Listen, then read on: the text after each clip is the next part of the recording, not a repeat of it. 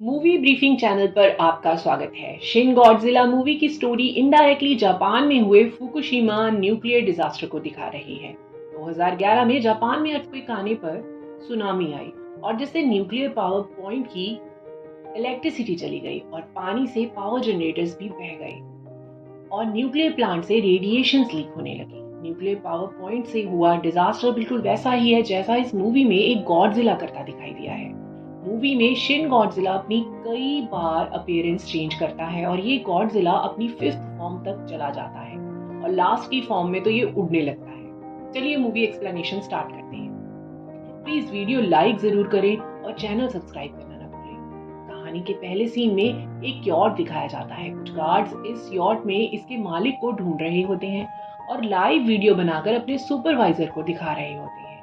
उन्हें पता चलता है कि यॉट में कोई भी नहीं है और इसे कोई भी नहीं चला रहा और तभी यॉट एक अंडर वाटर वॉल्केनिक फ्लड आने से खत्म हो जाता है। फिर एक बिजी एक्सप्रेसवे टनल में केमिकल लावा गिरता है और फ्लड आ जाता है। टनल सीलिंग से सी वाटर लीक होने लगता है। गवर्नमेंट एग्जीक्यूटिव्स की मीटिंग दिखाई जाती है जिसमें इंसिडेंट की वजह जानने की कोशिश की जा रही है। डिप्टी चीफ कैबिनेट सेक्रेटरी याग्यूची दिखाया जाता है। उसे टनल में कई बार टक्कर होने की रिपोर्ट्स मिलती हैं। यागुची अपनी टीम के साथ समंदर में हो रहे ब्लास्ट के कारण को पता लगाने की कोशिश कर रहा है। पुलिस वहां के कोस्टल एरिया को खाली करने की एडवाइजरी जारी करती है और समंदर का यातायात बंद कर दिया जाता है। टनल में फंसे लोगों को एक अंडरग्राउंड रास्ते से वहां से निकाला जाने लगता है। प्राइम मिनिस्टर के ऑफिस में भी मिनिस्टर्स की मीटिंग बुलाई जाती है। कुछ का कहना है कि इस इंसिडेंट का कारण थर्मल डिस्चार्ज भी हो सकता है। मिनिस्टर ऑफ साइंस इसका कारण न्यूक्लियर सब मेल्टडाउन बताते हैं, लेकिन मिनिस्टर ऑफ डिफेंस का कहना है ये कारण नहीं हो सकता क्योंकि बेस सबमरीन के लिए बहुत हल्की है और छोटी है।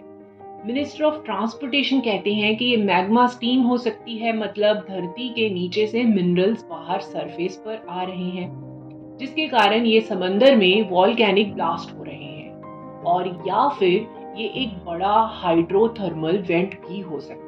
इस पर यागुची कहता है कि ये हाइड्रोथर्मल वेंट नहीं है। फुटेज के हिसाब से ये एक बहुत बड़ा वेल जैसा क्रिएचर हो सकता है, लेकिन बाकी सबका मानना है कि ये क्रिएचर नहीं हो सकता क्योंकि इसका टेम्परेचर 100 डिग्री है और अभी भी उनके पास कोई भी पक्का सबूत नहीं होता। प्राइम मिनिस्टर के साथ एक बिग कैबिनेट मीटिंग रखी जाती है।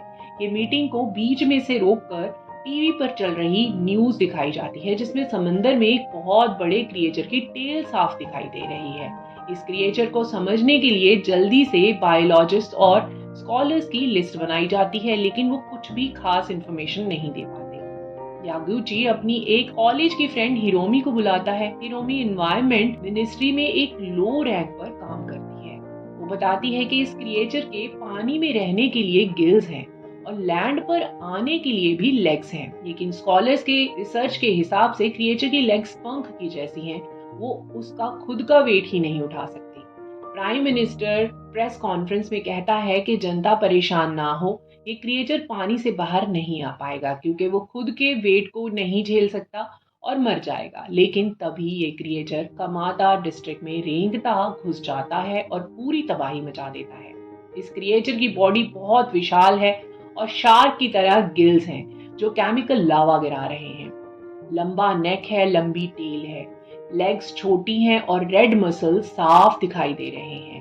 क्रिएचर को सांस लेने में प्रॉब्लम आ रही है। गॉडजिला 13 किलोमीटर पर आवर की स्पीड से चल रहा है और इस स्पीड से वो टोक्यो में 3 घंटे में पहुंच जाएगा और तबाही मचा देगा। डिफेंस को इस पर जल्दी एयर स्ट्राइक करके खत्म करने के लिए कहा जाता है। इससे पहले सिटी में पूरी पॉपुलेशन को बाहर निकालना बहुत जरूरी है और पुलिस के लिए ये करना बहुत मुश्किल काम है।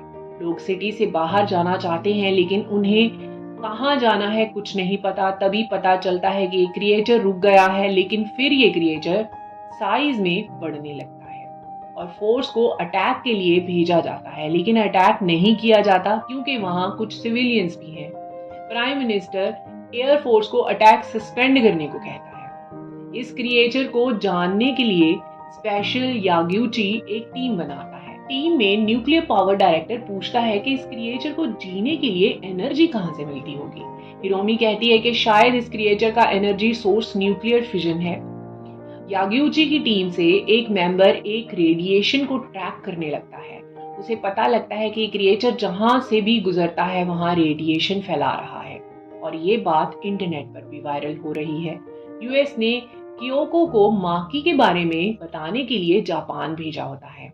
वो बताती है कि माकी को ढूंढना होगा और इस क्रिएचर के बारे में वो बहुत कुछ जानता है। बहुत पहले माकी इसके बारे में जान चुका था, लेकिन उसकी बातों पर किसी ने यकीन नहीं किया था। यागुची जल्द उसकी इंफॉर्मेशन ले आता है। मूवी के स्टार्टिंग में दिखाई गई यॉट उसी की होती है और उसने गायब होने से पहले अपने रिसर्च नोट्स भी वहीं छोड़ दिए होते हैं। माकी के रिसर्च में डंप किए गए रेडियो एक्टिव मटेरियल के बारे में लिखा होता है।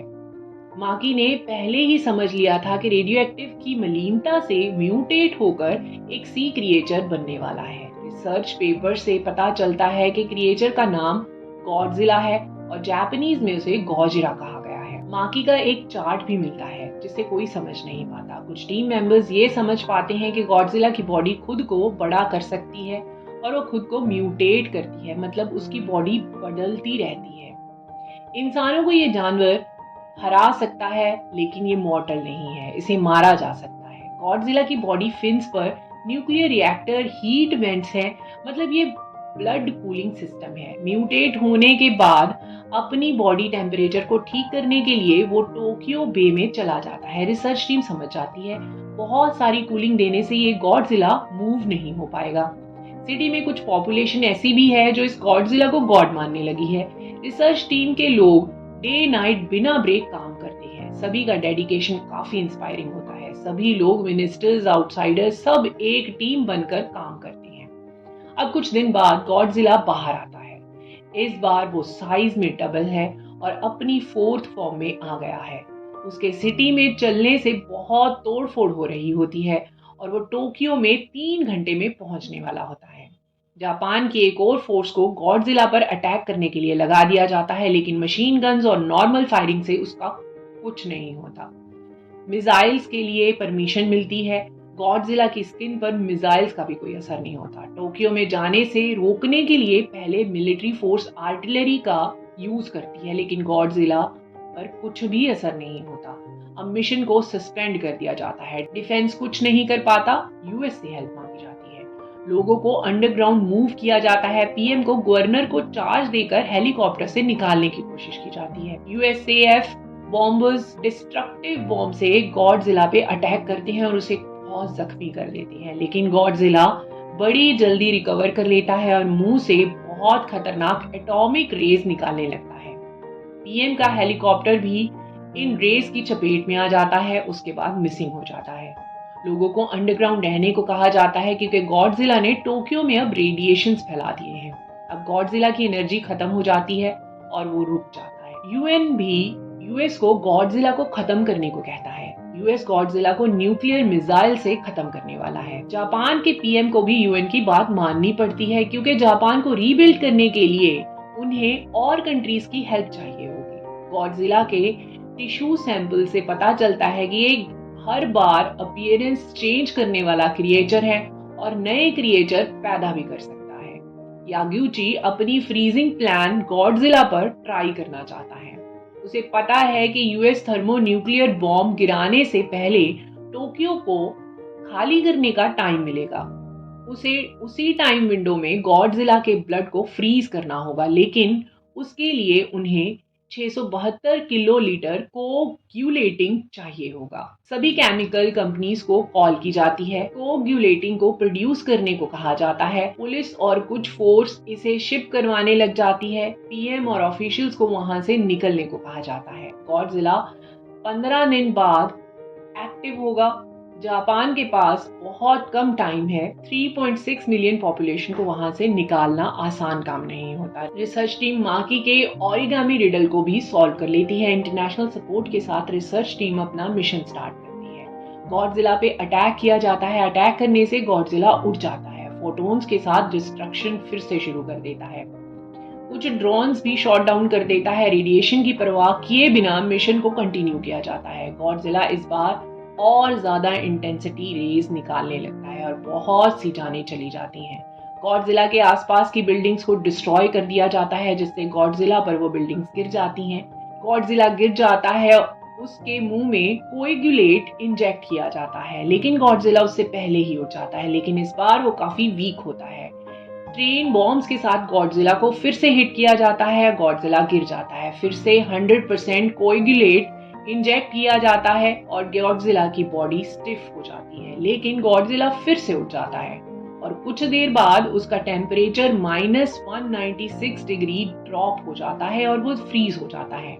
ऑपरेशन सक्सेसफुल हो जाता है। सर्वे के हिसाब से रिसर्च टीम कहती है कि गॉडजिला 2 से 3 साल में ही ऐसे ही खत्म हो जाएगा और जापान को फिर से कंस्ट्रक्ट करने का प्लान स्टार्ट हो जाता है। न्यूक्लियर अटैक को रोक दिया जाता है। लास्ट सीन में गॉडजिला की टेल पर फ्रोजन ह्यूमन लाइक क्रिएचर्स दिखाए जाते हैं, लेकिन इसके बारे में मूवी में कुछ नहीं बताया गया और मूवी खत्म हो जाती है।